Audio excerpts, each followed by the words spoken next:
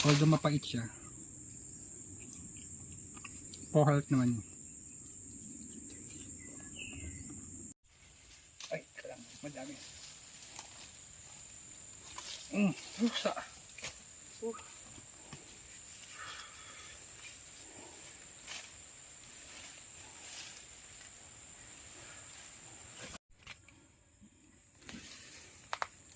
Ito siya.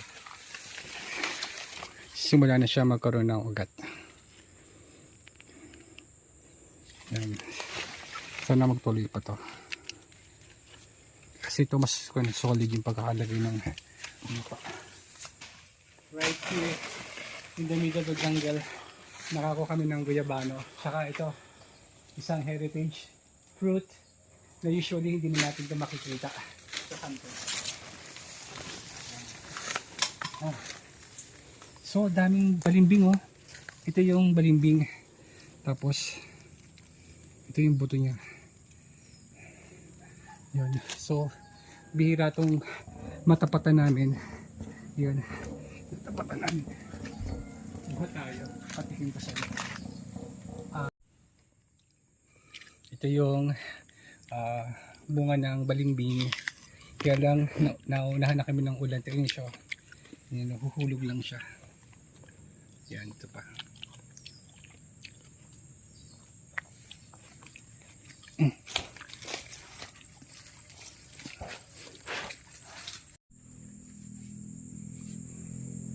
Yan.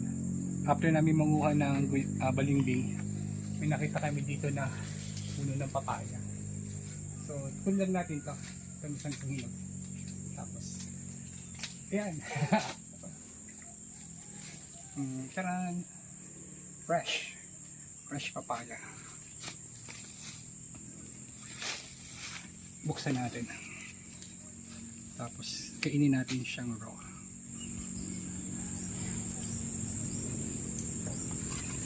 Wala nang arte-arte. Pero di ba na-upload na siya ako sa Facebook, sabi mo rin siyang cleansing property ang buto ng papaya. So bawal na lang natin siya ng konti. Tapos kainin natin siya.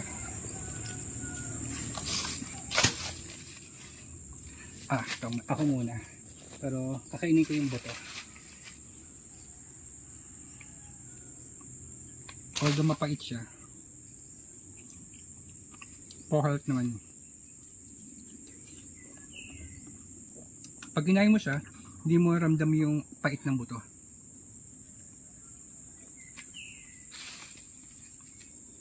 Ayan.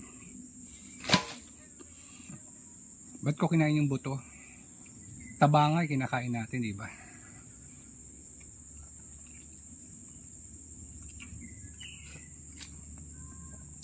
Ako lang maputikan kami, madumihan kasi mamaya doon kami sa sapa maliligo. Ito yung vitamin, ano tawag dito? Lactobacillus.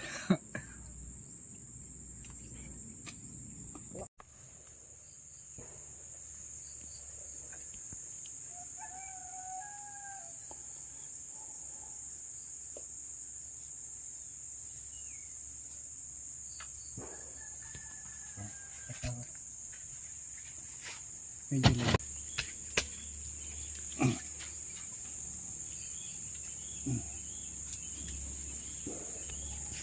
Ay, parang kailangan ko ng karet ko yung karet.